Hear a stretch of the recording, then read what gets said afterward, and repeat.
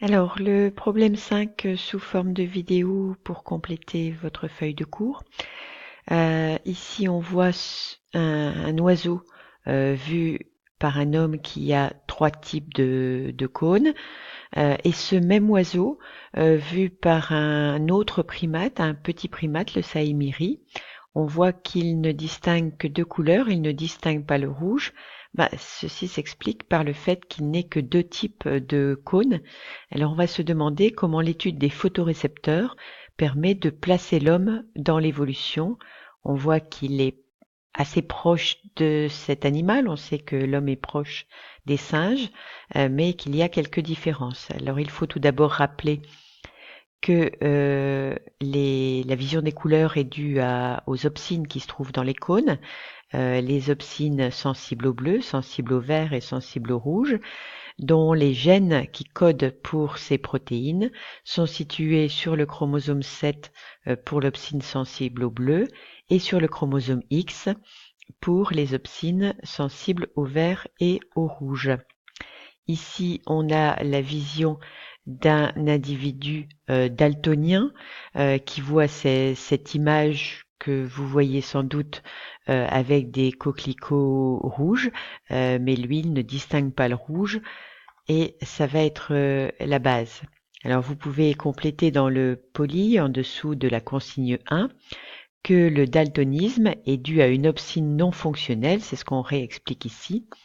C'est souvent celle qui est sensible au rouge qui n'est pas fonctionnelle, et ceci parce qu'un gène donc du chromosome X, le gène responsable de la synthèse de cette opsine, est muté.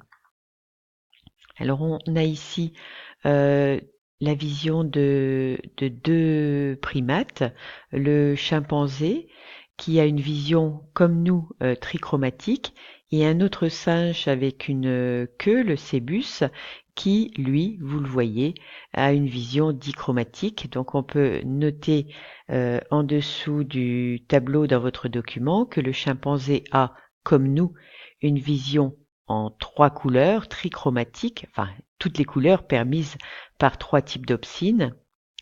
Et si on regarde les différents primates, on peut les ranger en deux catégories.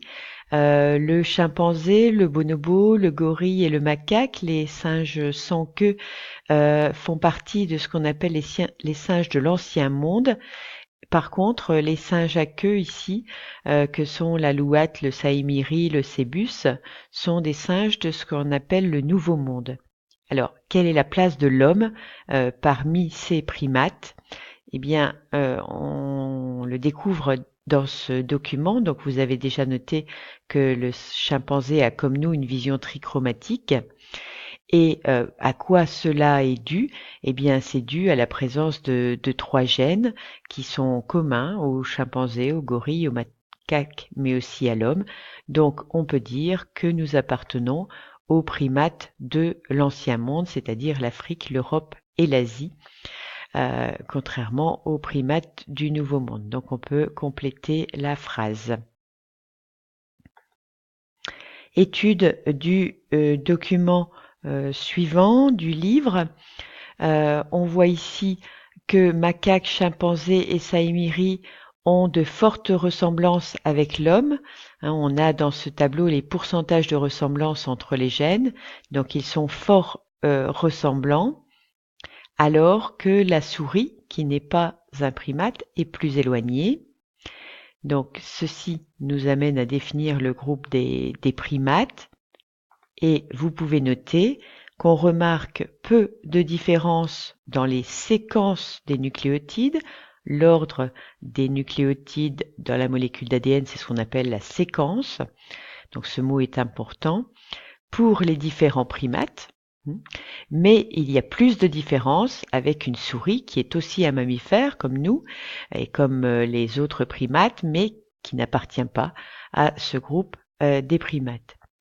Si on regarde en détail, on voit ici que macaque diffère de l'homme, le macaque diffère de l'homme, enfin la séquence de nucléotides du macaque diffère de celle de l'homme par deux nucléotides dans ses positions, que le chimpanzé n'a pas de différence, tout du moins sur la portion indiquée ici avec l'homme, et le saïmiri a une des deux différences qu'il y avait avec le macaque. Donc ces différences s'expliquent, on l'a vu en seconde, par des mutations, et donc on peut noter ici que les quelques différences nucléotidiques entre les primates s'expliquent par des mutations. Par exemple, le nucléotide T, ici chez l'homme, est remplacé par un nucléotide G en position 363 pour le saïmiri. On pourrait préciser également cette mutation-là pour le macaque. J'ai pris un exemple. Grâce à cette comparaison, on peut dire ici que le chimpanzé, c'est le primate qui est le plus proche de l'homme, puisqu'il n'y a pas de différence au niveau de cette séquence allélique. Le document suivant que vous avez sur votre poly, c'est une matrice qui montre le nombre de différences entre les opsines S de 5 primates, qui permet de construire un arbre phylogénétique.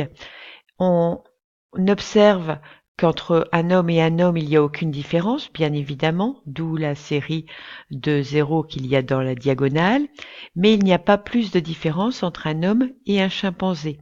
C'est pour ça qu'on a mis sur une même branche l'homme, le chimpanzé, mais aussi le bonobo, qui n'est pas représenté ici, mais on a également un zéro différence avec le chimpanzé. Donc, une même branche de l'arbre, puisqu'il n'y a aucune différence pour cette séquence d'ADN. Le gorille, lui, est un peu plus éloigné de l'homme que les autres, puisque on remarque ici, entre le gorille et l'homme, 5 différences. On constate d'ailleurs qu'il y a également la même différence avec le chimpanzé. Ensuite, nous avons le macaque, puisqu'on a entre l'homme et le macaque 13 différences. Et enfin, le cébus, avec l'homme, le cébus présente 25 différences, tout comme avec le chimpanzé d'ailleurs. Ce qui nous permet de placer dans cet arbre phylogénétique également l'ancêtre commun aux primates. Donc tous ces animaux sont des primates, mais on voit nettement deux grands groupes.